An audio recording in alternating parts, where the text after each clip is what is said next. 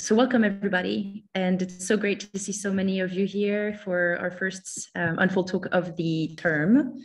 I hope that you've had a really restful Christmas and that you got to enjoy the holiday. I know that some of you might be part of Cambridge, some of you might be external guests, some of you might be colleagues and collaborators. For those of you that don't know Decolonise, we can do a very quick spiel on what we do. And really what the Unfold talk series is a series that we have created to try to unfold spaces, voices, histories, pedagogies, and practices really in the effort to decolonize architecture. And what that means really is trying to change the essence of the conversation and also the terms of the conversations that we're having in the world of spatial practices. And so we hope that we know from somewhere else, and we hope to decolonize our own perspectives. And by this, we mean not only knowing from different locations, but also from different forms of creating, of teaching, of researching, of inhabiting our built world, which is why Athena is an absolutely amazing guest for today. So we bring to aim together not just scholars, but also practitioners, educators, artists, activists that could really prompt to rethink the way that we include things in architecture, but also what architecture means. So Athena today is joining us to talk about her relationship with clay and straw, to share her story with her. Athena is many things. I'm sure you've introduced yourself, but she's a crafter, an educator, a maker, a writer, and she's the co-founder of the Canelo Project. And she was raised in the tradition of the Native American Pueblo of Santa Clara in New Mexico, in the US. And so she really spent her life hands in the clay, and her mother trained as an architect.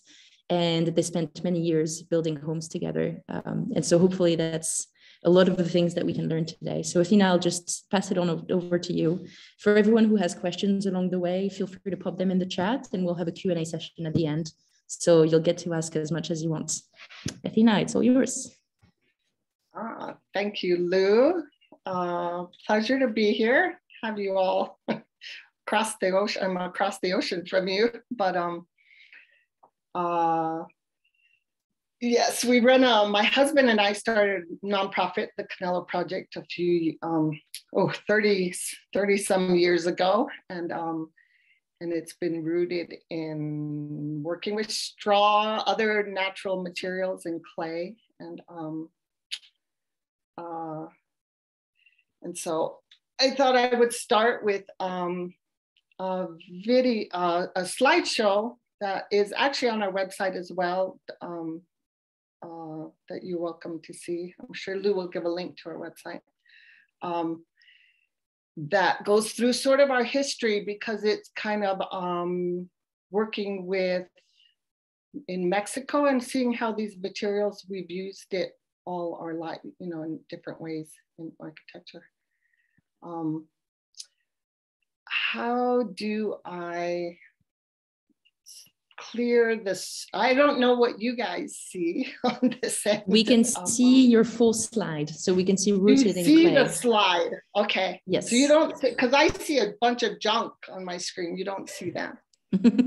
No, okay. We only see the slide. Great, okay, perfect. As long as you're able to click through the slides, then you're all good. I think so, okay. So,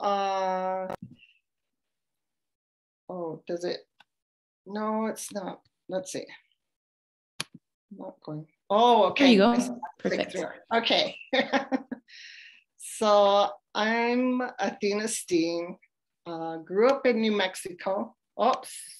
How come it's let me see if I get this. Okay. I think I got it. My whole family from my mother's side is from Santa Clara Pueblo.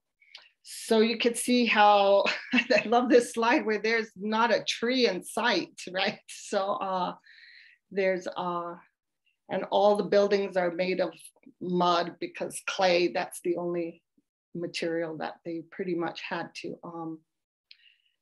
use. And the old pueblos are still that way. This is Taos Pueblo, another in New Mexico. All adobe, all clay, plastered with clay. Still to this day, there's a tradition of plastering yearly the old buildings, as they, which brings into that relationship of community with building practices, right? How integrally related they have to be. In my culture, Tewa culture, people came out of the mud, out of the clay, out of the earth. We're born out of there. And even the language, the word for clay and for ourselves, us as people, is the same. In that tradition, women, like many, I believe many village or previous traditions, women were integrally part of building, unlike they tend to be today. And I think a lot of that has to do with the materials used.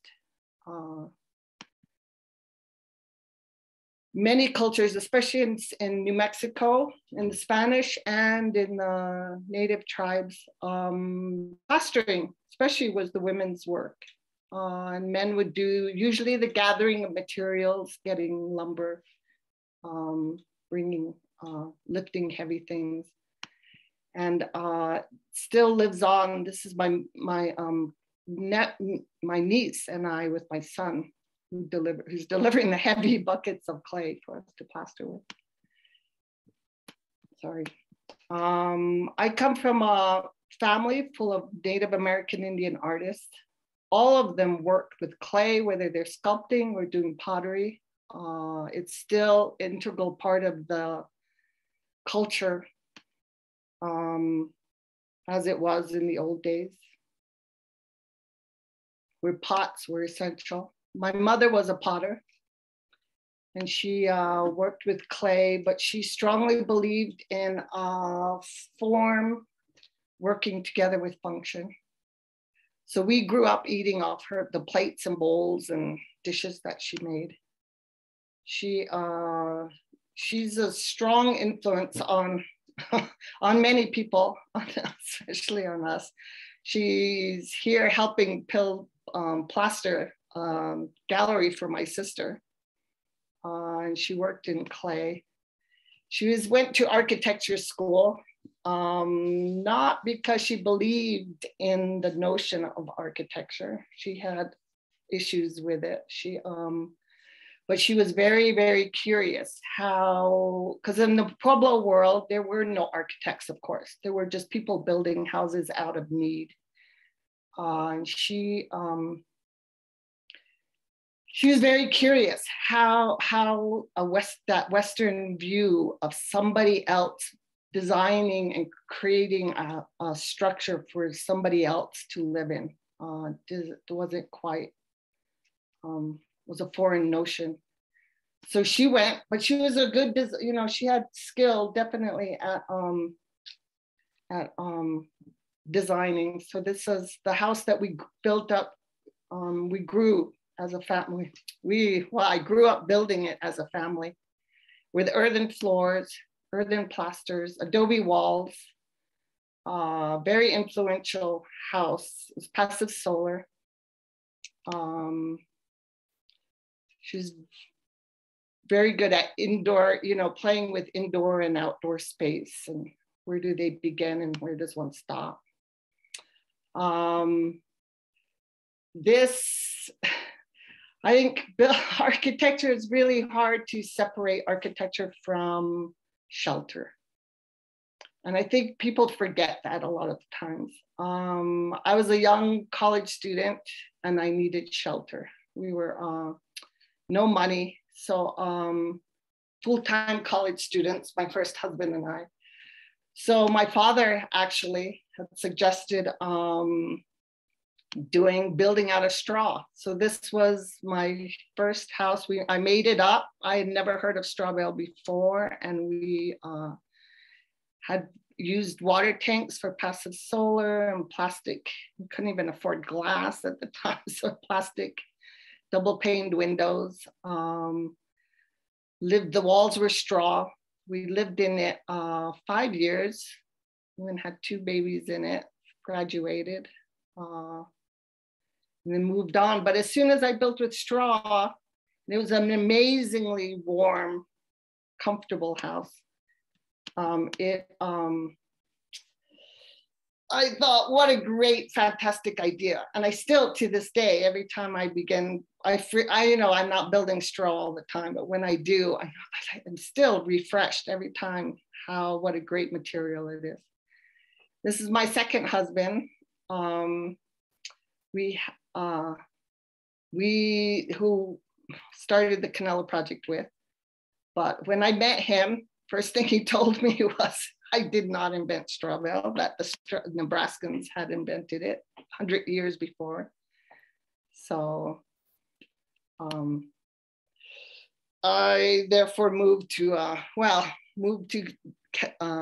Canelo in Arizona. So this is, you can see, this is about what it looks like now. So you can see the golden grass.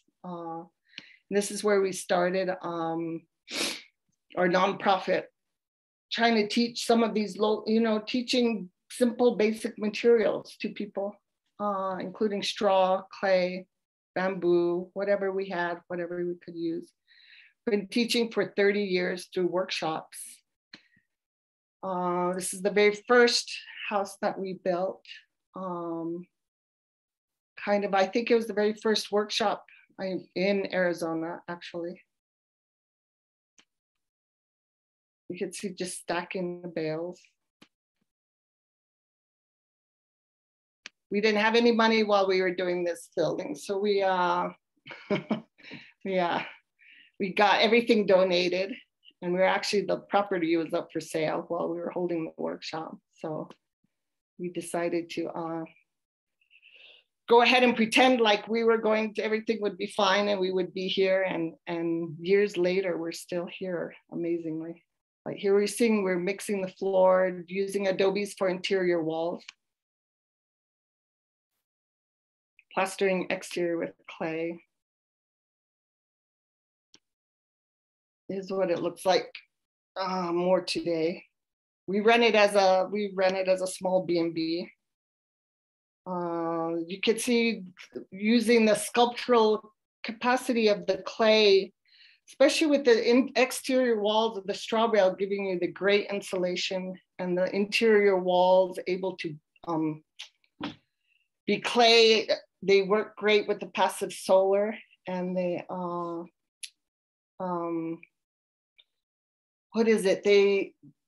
such an easy, inexpensive way to sculpt the interior of a house such that it doesn't feel like a box. Once you start changing the exterior walls, the cost always goes up. Because of building with straw, that we rewrote a book. It was the first book on straw bale construction. And we started traveling we traveled seeing what everybody else was doing out there. It was the very, very early days. And we ended up traveling to Mexico. So of course, where there was a lot of opportunity to improve a lot of the low-income housing that was there. And shacks being built, cardboard, quite resourceful using anything they've got. But the government, of course, all they can think about is cinder block and more cement, and quite sterile homes. So this was their solution for low-income housing. We were down in an area where they were growing, 1 million acres of wheat and burning it every spring. So you could hardly breathe May, June, April. So we were taking some of that abundant resource, the bales, and building low-income houses. I think these houses were costing us about $200 each. They're the early ones. Later, when we included a metal roof, they were more expensive. But you could see we were using sandbag foundations, stacking the bales, using bamboo for exterior pinning and bracing for the bales. We did several of these homes. We were running into, of course, down there in that part of the world, many of the third world, cement is synonymous with material.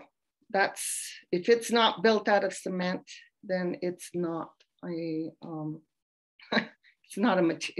not worthy. And I found it most interesting that we were trying to introduce clay plasters and clay floors and whatnot, and not having much success at all until the peso devalued overnight and cement doubled in cost. Then all of a sudden it was way easier to get the families to use clay instead of cement. I think what for us in working with the clay, what am I trying? It was working when it wasn't until we started mixing it with a lot of fiber that we were able to throw it to the masses. If we were having to take it into these communities and have them test the clay, because with cement and lime, other standardized materials, they don't have to test, it's set. It's a product, they can put it on the walls. But the clay, we could, every clay is different, every soil is different, everything. So trying to get the testing done and whatnot. And one failure in that circumstance, they would go back immediately to the cement. So at first it was difficult, and it wasn't until it was almost the women and therefore the children that would navigate naturally towards the clay. They could work it with their hands. It took no machines to mix it. They were much more, they could understand it in a way and be a real part of the building process. What we found we kept bumping into was the image of what is a house. And the lower people, yes, when you're working, the lower income people, when you're working with straw and clay, they do look down on it. It wasn't actually till we started working with Save the Children, doing an office building, where it sort of gave it the prestige that these materials sort of needed, that they didn't feel like they were working with things that were less than. So this office building we did was quite influential for some of the local communities. But this building was great. It was great working in a place where we didn't need an architect, where we could build whatever we needed and build it as we were going and design it as we were building it. We could put in windows where we wanted it. We could, meantime, we were experimenting with the clay and mixes, being able to build furniture out of it. Put the mix on as thick as we wanted and it wouldn't crack. That was an important thing, to get it into the hands of low skill people who have never done it before and have it not fail even the first time. These are all clay finishes, natural clays in the area that we were able to source. Here's some of the finished shelves that were done, all clay and bamboo. You can see some of the arched bamboo we were able to back to there, play with a lot of the arches and in the ceilings, and trying to look for alternatives to the cement. Playing with thatch, doing clay and lime and natural finishes really leans itself to artistic work, of course. It brings in a whole new view. These are a young couple who worked with us on the office building, and they were a great example of, they returned the year after the office building was finished. They took these same materials and built themselves a home for almost no cost at all, using a lot of the same techniques that they had learned on the office building. And because of that house, the neighboring women came together, about a dozen of them, and they approached us wanting a house, wanting houses. So we said, no, we can't, we won't build them for you, but it will help you build them. We'll come teach you how to build them. So over about 3 years period, they built each other's houses as a group, which was a great way to build housing. They couldn't have done it on their own, but together it was amazing what they could accomplish. And we collected urbanite for some of the floors and the foundations. We used straw bales that were, of course, a free resource. We had plenty of cutisaur and native reeds. We had lots of clay from the city, donated the clay. We would bring groups down from the States or anywhere, Japan, all over the world. They would come and help out every now and then so that they could learn. So 12 of these little buildings got built for $500 each, metal roofs and 1 door and 2 windows. And they all had a different style and characteristic.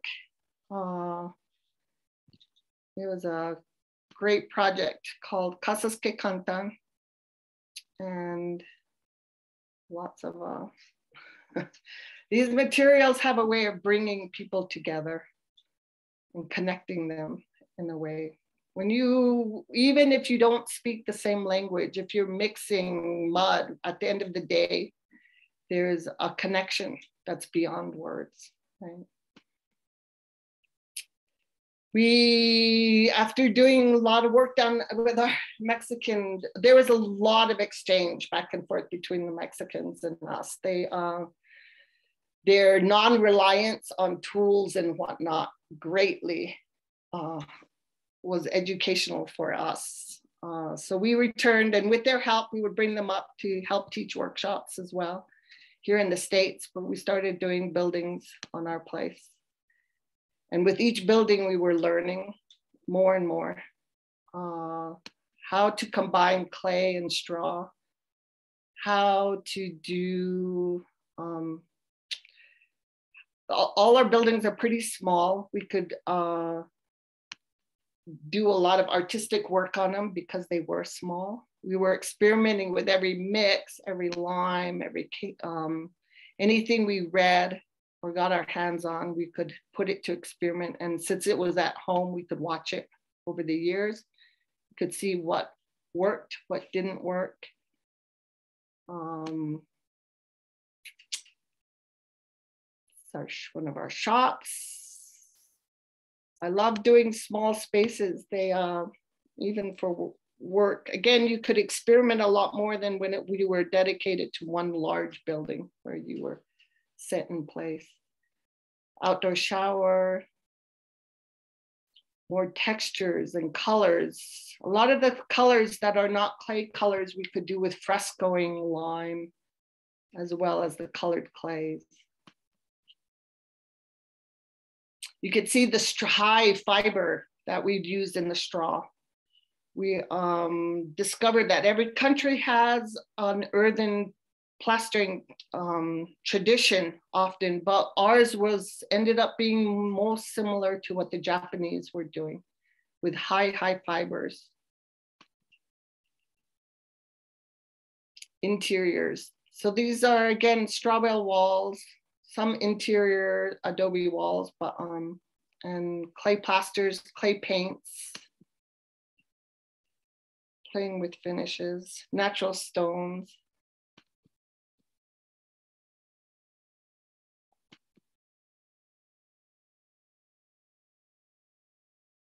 Good insulation. One window to the south is enough to heat the whole building. We're learning through those years, we're inviting all the way from people from Germany, people from Japan, people from England, all to teach, working in all these natural materials, teaching how to do it. Our friend from Germany and our friend from Japan. So we're picking up traditions from all these cultures. The earth floor that I'm doing in house nearby. And we actually, right about the time in 2008, the economy was crashing here and we weren't able to fill workshops at all. So fortunately, we were able to be travel a lot to Europe, where we started doing a lot of teaching with earthen floors and clay plasters there in Europe. So we did a lot of traveling, and I started having to show up immediately on sites, having to not test the clay, having to I had to develop a quick technique that students could participate in, so that they could sculpt, they could plaster, they could build. These are recent sculptures we just did as a public art project in Camden, but you can see the sculptability of the clay, and that was done in probably 4 days, right? So these are all different carvings. I grew up, my mother, all the potters in my family, they all carved pottery. And one day I thought, oh, why can't you carve clay on the wall the same way you do a pot, right? And so the sculptability, the artistic ability of clay is infinite. This exterior, this is actually a lime plaster and lime design. So you can do it on the exterior as well. These are polished clays.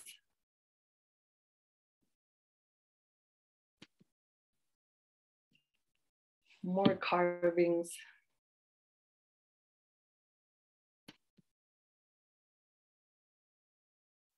This is actually, carving the clays away is actually a very, very simple technique.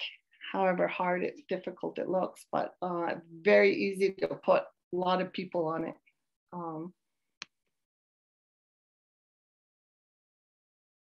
These are just some of the examples of what you can do. This is Slovakia. So many of these cultural, I'm taking many of these cultural designs of these areas and using them for the walls. This one is in Costa Rica. One is in Slovakia again. This is in Ireland.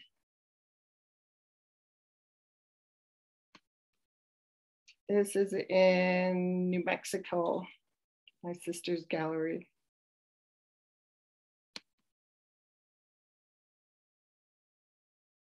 This is a carving and sculpting here in Canelo. The carving in California.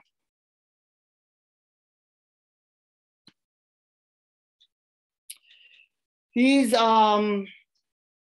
materials we've discovered that to broaden people's awareness of using clay and straw and natural materials is trying to also has been public art projects where people aren't normally exposed to different materials or building at least, and trying to bringing together the two worlds of art and building is where I get very excited often. And showing people have never seen clay used before, or walking down the street, pulling them in and getting them intrigued, and then telling them they can build houses with them is always exciting. This was a project I did with my aunt. There's 5 ephemeral sculptures that that we did as a group there in Washington, D.C., outside the Native American Museum. They're done all out of clay, straw clay blocks that we made on site or cob. There were sculptures within sculptures that were meant to, if they ever get exposed or worn away, they'd get revealed.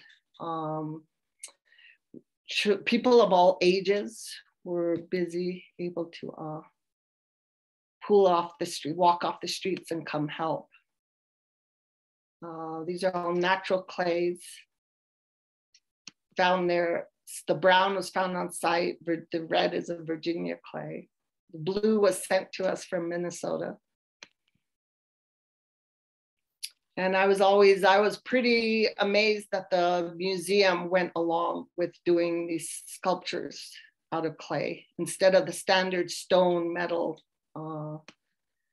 materials. So it's actually in the early days when we had first started, we were not even able to fill workshops to teach people how to work with clay. There was so much fear and unknown wrapped around it. And in the last 30 years, I've been able to see the excitement of working with clay and the participation of clay just skyrocket. And it's often coming from women, from the women being part of it. This is the thing of the clay, a clay museum. Again, just taking the same materials, sculpting it with clay, straw bales, clay plaster. This is Minnesota and the Arboretum. This is a children's playhouse. It was done for families with kids to come help, which they did, lots of them. Here, in this case, we were using earth bags filled with clay and then tamped and then covered with more clay plaster. This is Denver Art Museum. We're doing a children's clay slide project, an oven, again, for kids to come be exposed to working with clay. So they would come and help build. This is a great way to, I find bread ovens a fun way to integrate form with function. People love pizza, people love food, fresh bread. So they're such an easy way to introduce people to building with these materials.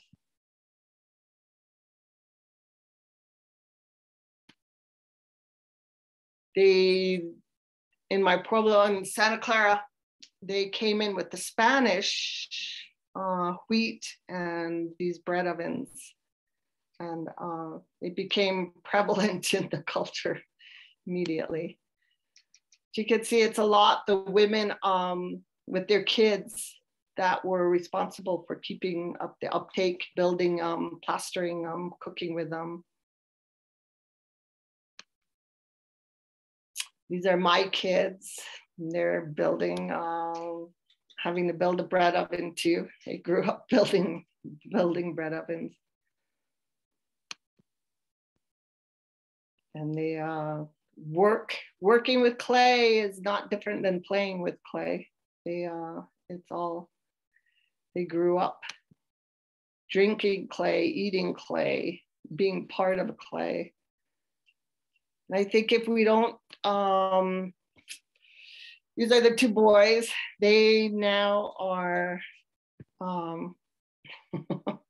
they now take over our clay work for us. They were completely unschooled, never went a day of school. And they learned they built at age 16, they built this house for my mother, their grandmother. It's made out of an adobe house. It was designed by my mother, built by the boys. Curved adobe walls. My son does one son does the woodwork, the other does the plastering, the building, one does blacksmithing. So it's gone down a whole generation. This is a straw bale house near us that they built. Interior adobe wall, mud floors, clay plasters, straw bale walls. Beautifully done. And you can see they have their own touch they add to it. This is another straw bale house that older son just finished, moved into beautiful clay floors. He's added clay paint as design on that, sculpted interior walls around the stove, incorporating great texture of metal, bamboo, wood. It's a Tudlock lime plastered adobe walled shower and sink.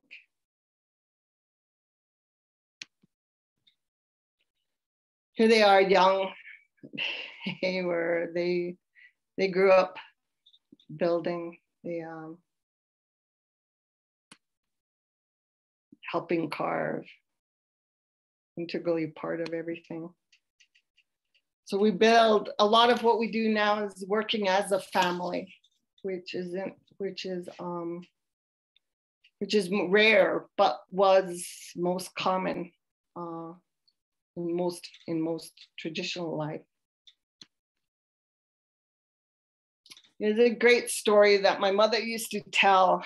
Well, before I go into the story, I think as a culture, there's something about letting buildings, the way a building dies, that is as important as the way that the building is built, and that it is allowed to die.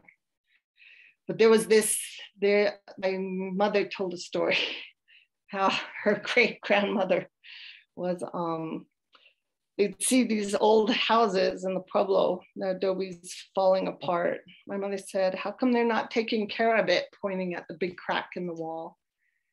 And her great grandmother is saying that building, it was blessed, it lived, it served the people that lived in it. And because it lived well,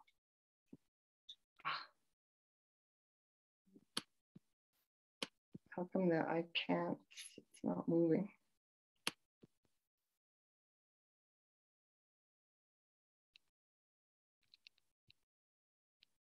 I screen it, oh, there it goes.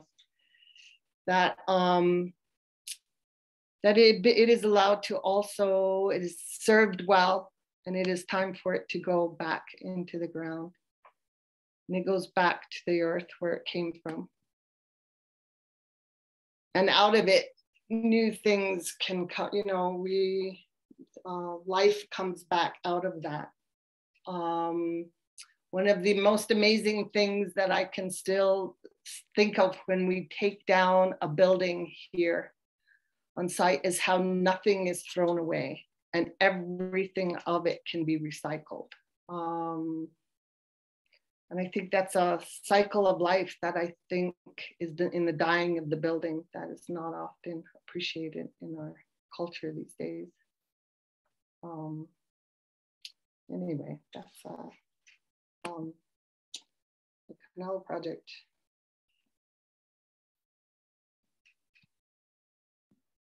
Thank you so much, Athena. This was amazing. Let me put you on the spotlight.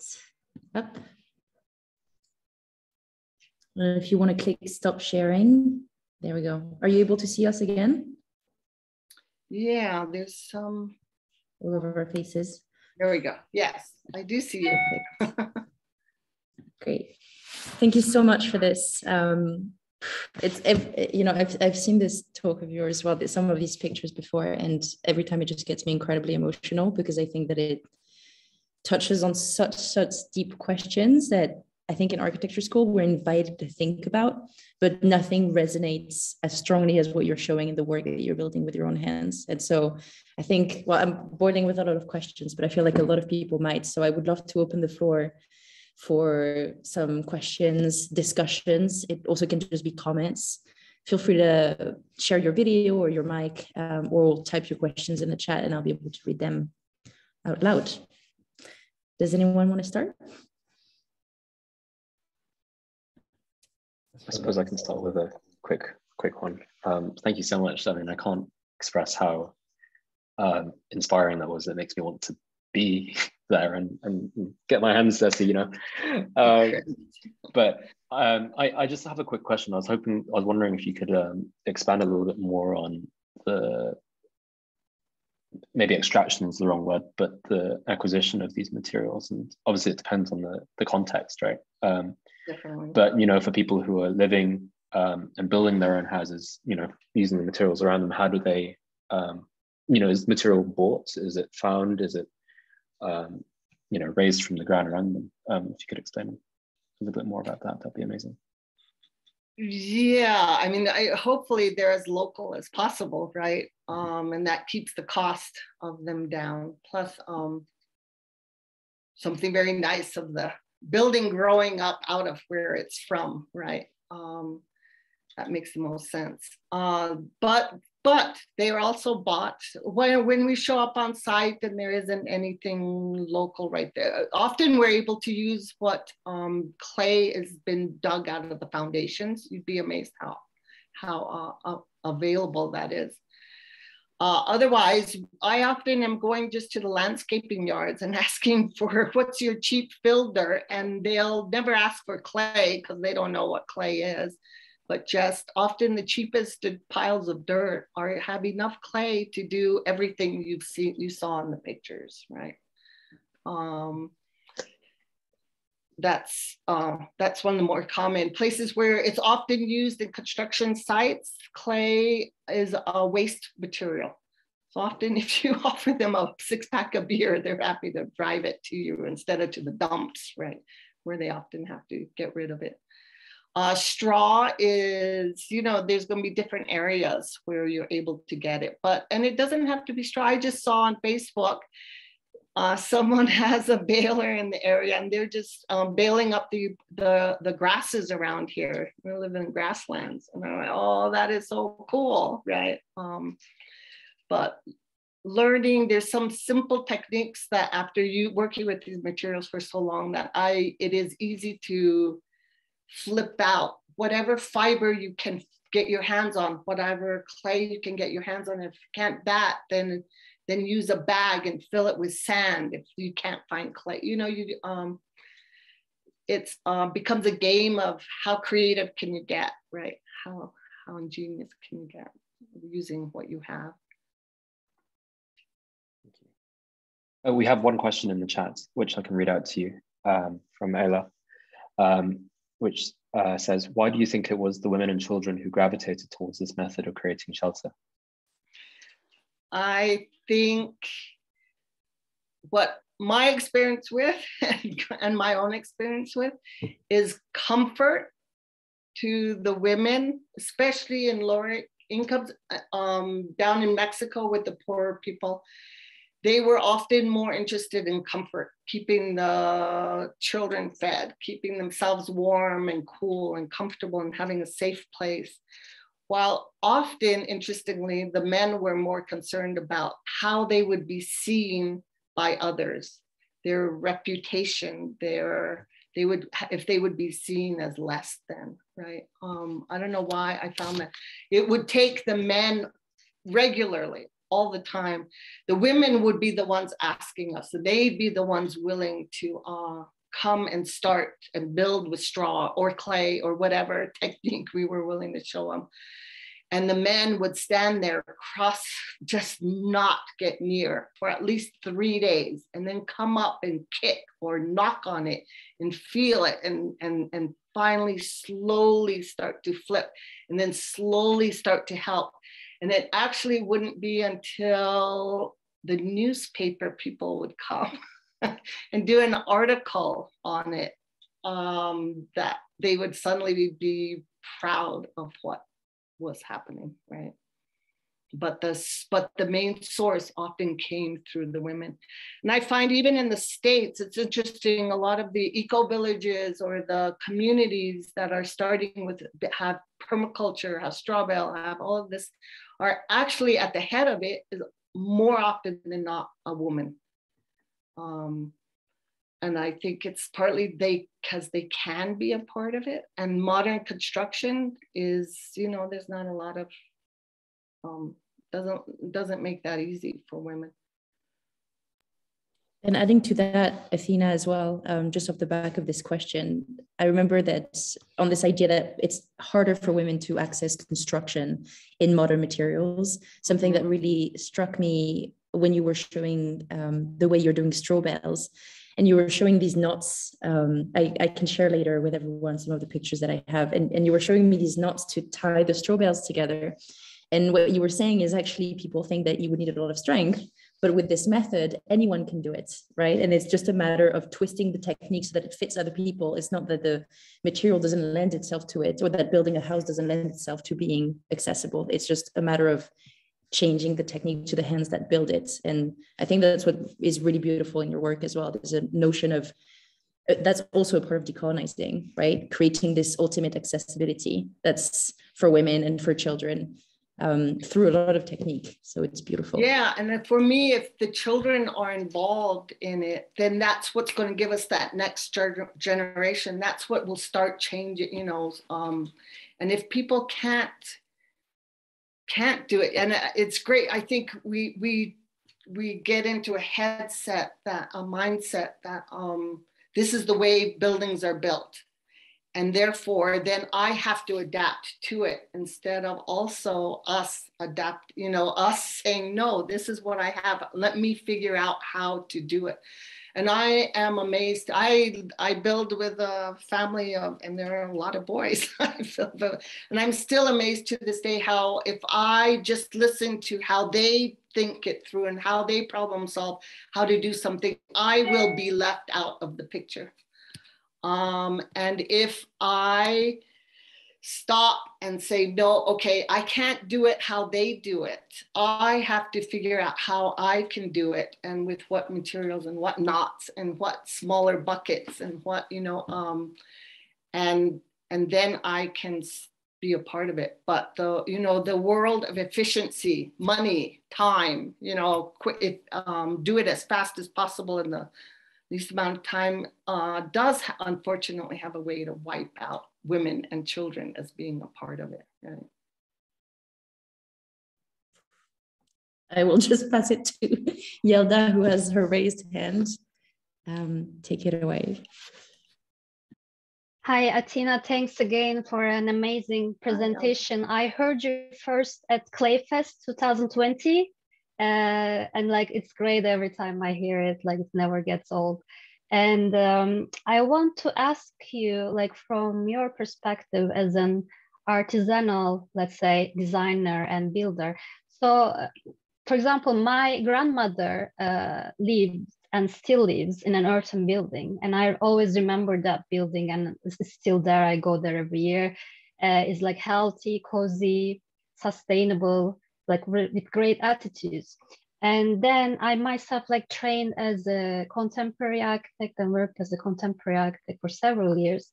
Then I had a change of heart about architecture after I learned how much damage we do to the environment as architects and construction industry, because maybe you know 30% of the whole global carbon emissions is because of us as a construction industry. And cement only is like responsible for the 8% of it. So now I'm researching about like innovative ways of using natural materials, and my PhD research is about earthen architecture.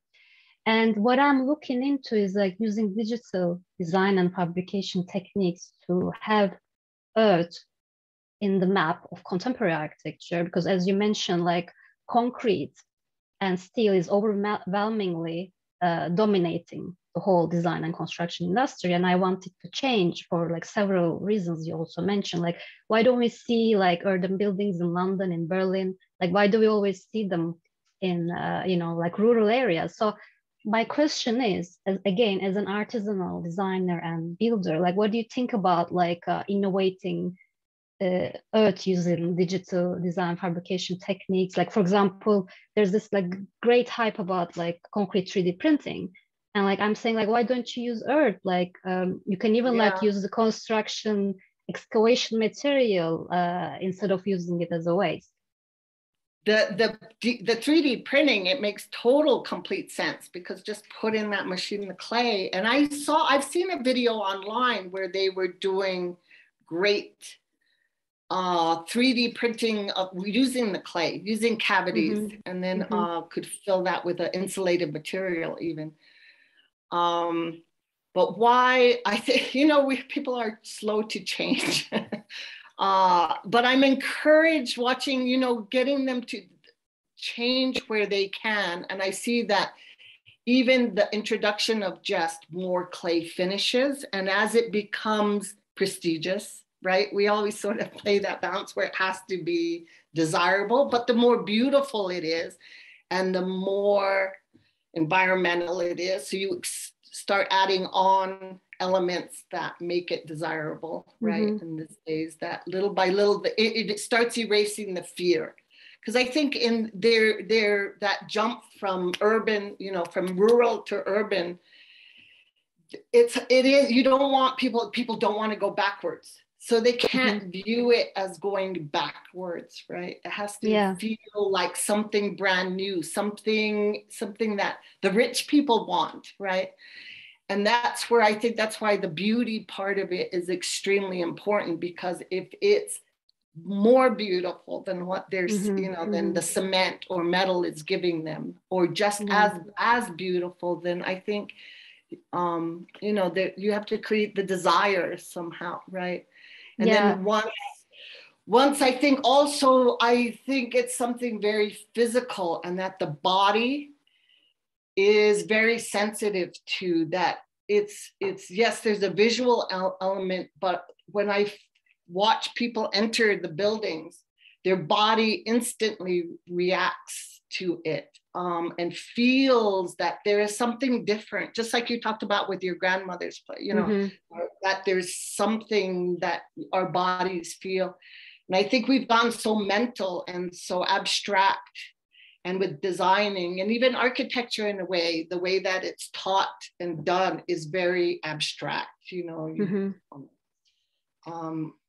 And I think that the more we bring it back to something that where the body can be part of things as well. And I think in that way also, that's why the women also respond to it more, you know, there's sort of. I have one more question, if I may. By the way, Michael shared the link about 3D printing. That's one of the latest projects by us for those who are interested.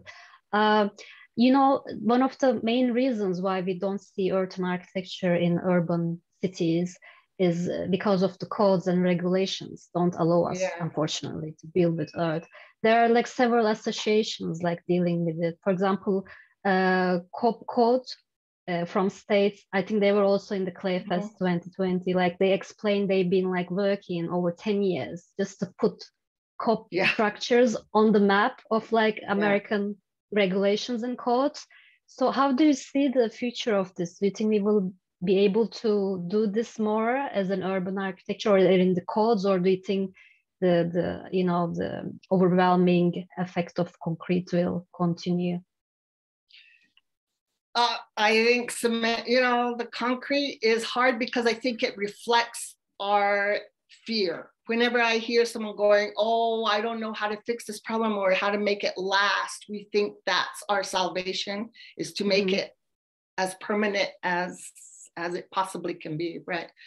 And clay is coming at it from a different, is going, okay, it's a material that is so easy to fix. And do we want it to last forever? Oh my gosh, you know, do I want all these buildings I put up to be here forever? No, you know, then my boys don't get, or my grandchildren don't get any space to build anything. You know, it's like this, where's the recycling aspect of it, and space for something new, and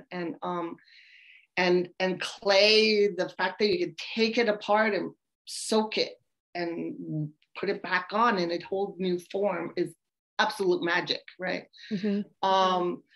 But and that's going to be slow. You know, people are slow at it. I watch my boys building houses for people out of clay, and I'm used to think that everybody deserved clay and natural materials, and it's hard. There are a lot of people who don't deserve it. They don't understand it. They don't, and it requires because it requires a relationship with your place, with your space, with your building, with your walls, with your. It's more about relationship, and we don't often want to go there, right? And it's hard. The code doesn't understand. You know, you're talking a different language completely, right? And I think what I've seen in 30 years of the natural building movement, both in the States and in Europe, it's very strong in Europe, getting the Earth Fest and the, you know, and getting things is slowly, surely, little by little. And people, in the early days, I don't know how many times I heard the three little pig story. I don't hear that anymore, right? It's sort of, there's less people when I say, oh, I work with straw bale, they don't look at you like, what? You know, it's more standard place, just slowly but surely. And watching the movement with clay and clay plasters and lime plasters, it's really, it's definitely strong, way stronger than it was 20, 30 years ago. So I'm watching that movement. I wish it was faster. I wish it was, you know, but it's, there is a happening. There is a shift. And I hope some of you will be part of it, right? It takes each of us, little by little, just doing your own thing, that eventually it'll flip up. I think people got to get a lot smarter and less fearful, right? Yeah, thanks a lot, Athena. I think building on that shift, we have a question from Finn, which you probably partially answered it already, but is it feasible now to build multi-story structures with straw bale and clay techniques? Absolutely. Is that... Yeah, it was, did you see that photo of Taos Pueblo? It's 3 stories tall. Right? I think there's a I can't remember, maybe a three story at least. I think maybe 5-story straw bale somewhere in Germany, right? It's definitely possible. Yeah. These materials are hard. What makes it possible? There's not a big company that can make a lot of money off of it, right? It's not about making money. It's just these materials are too, yeah. And isn't that what we're fighting against these days? Is the big companies making money? And if then there can be the test, there can be the, you know, the standardization, right? Because there's something to gain from it, but there's never going to be enough to gain from these materials, right? For it to go that way. We have another, sorry. You're gonna go for it? Oh, sure. Finn, thank you for that question. We've got a question for Alali. I hope I'm pronouncing this correctly. She says, I love how this conversation began with the framing of how difficult, if not impossible, it is to separate architecture from shelter. Architecture tends to see buildings as commodities first. I'm also worried about what is happening where Adobe becomes trendy. Places like Marfa and Santa Fe have sort of used their Adobes as luxury settings, making shelter secondary at best. I'm curious about how you understand this dynamic and how we respond to it. Big questions. Yeah, those are big questions. I grew up in Santa Fe, so I'm well aware of Santa Fe. And it's interesting that the Santa Fe buildings are no longer, the trendy ones are not even Adobe. They're framed houses made to look Adobe, right? So they're not even real anymore. Yes, and trendiness has its how to not let it stay there, right? In this trendiness.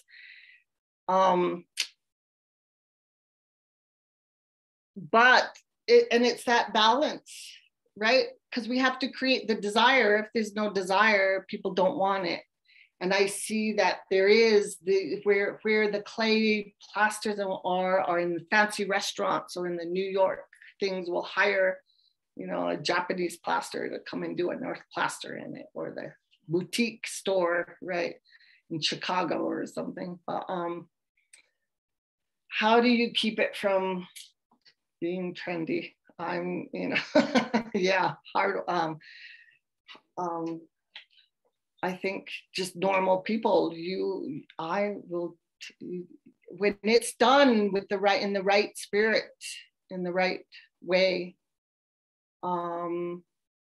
that's when it's done wholeheartedly, right? For simple shelter, and I think it is a good one. It is, I like your comment that it is gets commodity based right away. And it's not about commodity, and it's not about how much is it going to sell. It is about shelter, right? And we do forget that easily. I think our next question builds on a similar anxiety about humanity and our relationship to materials. Yeah. And but our next question is from Riham. Again, I'm sorry if I pronounced that incorrectly, but they say, thank you so much for sharing your beautiful and inspiring work with us. How do you see this method becoming scaled up? Could the standardization and overconsumption of clay to meet higher demand give it a similar fate to cement and concrete?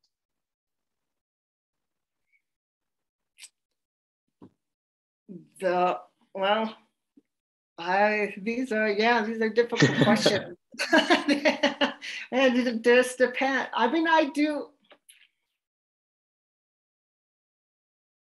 don't know if we'll ever, I don't like being in the world where I have to compete with cement, right?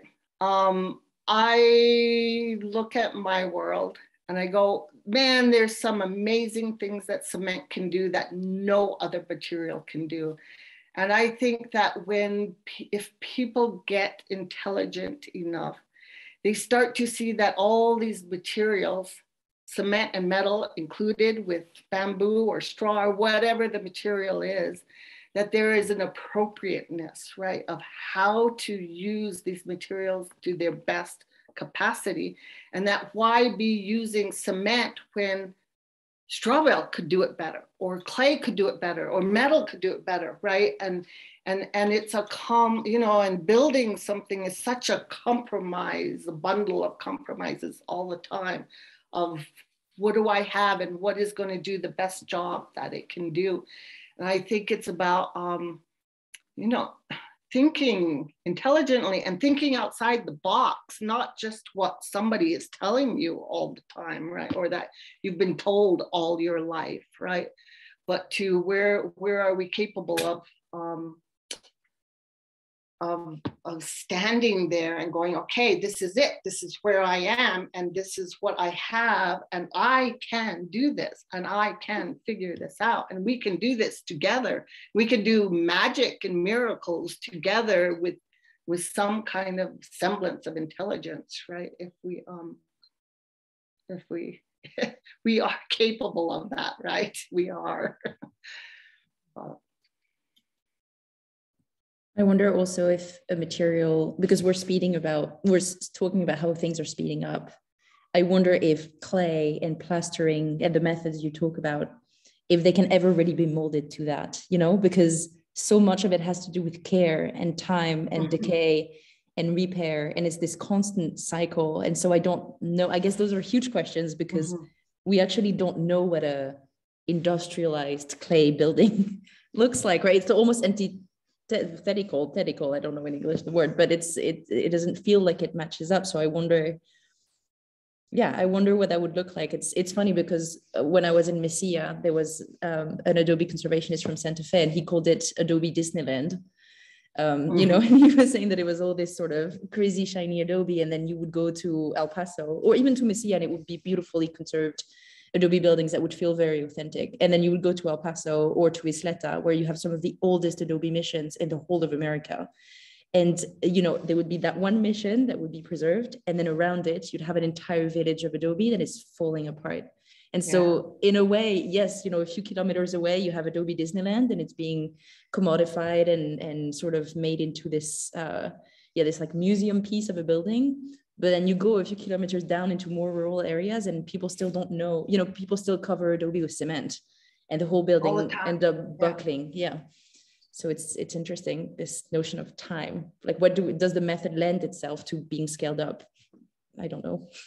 And I believe it can, if people want to take it that way. it's going to be about if there's money in it to do it, right? But because that's what commodity, you know, to go down that route is a whole different way of thinking, and the other route, yeah, is much more what you're talking about, really, you know, back to relationship again, right?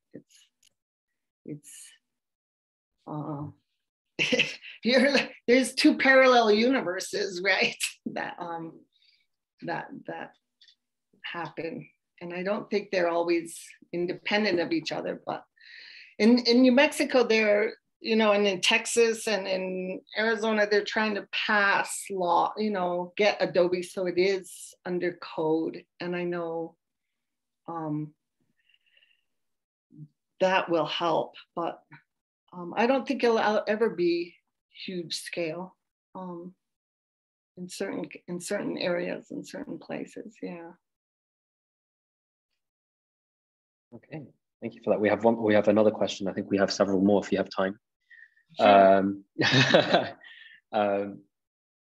And that question is from Tanvi, saying, firstly, thanks a ton for your sharing your inspiring work and your wide experience with working with clay and straw in varied contexts. I'm curious to know if in your experience, there are any places and contexts in which working with local soil has not proved to be feasible, perhaps because of soil characteristics or any other reason. Good question. Let's see. So far, I mean, if there's clay in the soil, then that's the most important thing. There was one clay in Costa Rica we sort of came across that had a stump. I was like, wow, it's a behavior I never quite saw in clay before.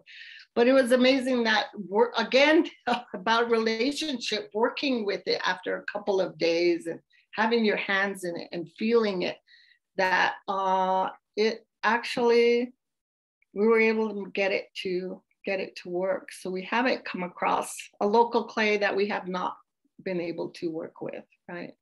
Which becomes a very enjoyable part of the process, is getting to know each clay, and each clay is as different a creature as each one of us individuals are, right? And you do get to know them, right? But and it's this amazing world where it's infinitely complex and amazingly simple at the same time, right? That makes it so amazing to work with.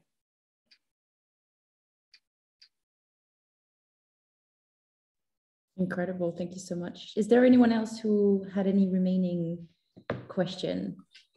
I have a 5-second question. Go ahead. When is the next workshop? My sons are taking over my workshop business too, which is very good.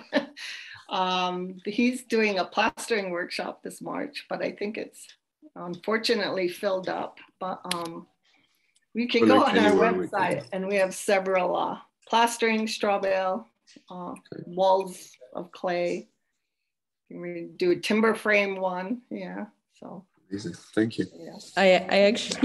I almost emailed you just before this to say I think a lot of people will want to come to the Canada project, and you need to get ready that people will email you like crazy. It's happening. Yeah. No, I asked first. I have a quick question. Thank you so much, first of all, for presenting this fantastic and fascinating work and way of working with materials, in such an innovative way, old and innovative at the same time. I kind of managed to understand that we have a thread in between our talks. At the beginning of last term, we had Tatu Gatere from Build Her from Nairobi, who discussed how she established an organization which promotes women in the construction industry in Kenya. I guess in less traditional modes, but I think they're still exploring in this kind of ongoing exploration on the way that they can engage women in that industry. So I thought it's a very interesting thread. I have a question about decorations, which are very prominent in your work, and I wanted to know more about their meaning in your design, and obviously they do have a central place there, and yeah, I would like to know more about the meaning of that central place of decoration in such designs. Oh gosh, well, again, it comes back to beauty for me, right? If you're not doing something, each step should be beautiful. But it can't, you know, with being artistic and seeing the walls more as a sculpting than just these walls that are pure function that you have to just put up and cover with something, is that, wow, it's this amazing canvas all of a sudden for inherent decoration, right? And aren't you amazed? I'm amazed whenever I go to the old buildings in the old part of towns, and you see what amazing care and beauty is added into the whole wall is just was done with such care. And modern buildings these days, how ugly can you get? You know, that they've gone to this sense of just pure function, right? No sense. And I don't think it hasn't been that long that our buildings have switched to these ugly, you know, it's rare that I stop on the side of the road and you go, wow, look how beautiful that building is, with anything done, you know, that weren't 50 years ago. And so it's how to bring back, these are things, creatures, we live within these creatures, we interact every day with these creatures inside and out, and they're our secondary bodies, they're our secondary skin, right?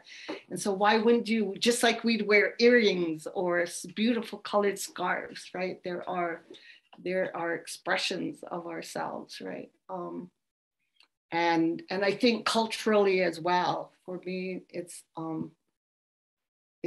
going back to those traditions, those roots that we come from, right? And how, and the more that if the building is coming out of from where we are and who we are, right? That beauty becomes part of it, and can't not feels wrong that. If you're not building it in such a way that that's a part of every step of it, then to me, something's wrong, right? Something's off balance. Something's not happening that should be happening, right? Thanks.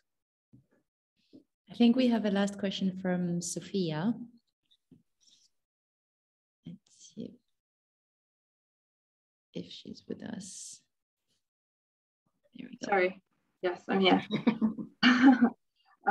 Yeah, I had one question, and I know it's quite niche, so I don't know if it will be like something you know loads about, but I'm sure you know more than anyone. But I'm looking at like repairing buildings and like sandstone buildings, and I was wondering if these materials, are they compatible with those kind of materials, or does it, when you repair, is it something that's like for like? And have you seen examples or used it? Whenever you mix materials, life gets always a little complicated, but there definitely is. I mean, to go take a modern sheetrock, latex plastered house and cover it with clay paint or plaster is absolutely doable. I do it all the time, right? So they can be mixed. Back to the I find cement finishes and a lot of other finishes really difficult sometimes. When they do go wrong, to fix them is not easy. And that's one of the biggest advantages of working with a lot of these materials is, yeah, they may get damaged more, not always, but they definitely are way easier to fix when they do go wrong, right? And part of it is if the person who was doing it has a knowledge of how it was done and was an integral part of the process, that then the repair does become, I mean, just second nature. It is just becomes part of it.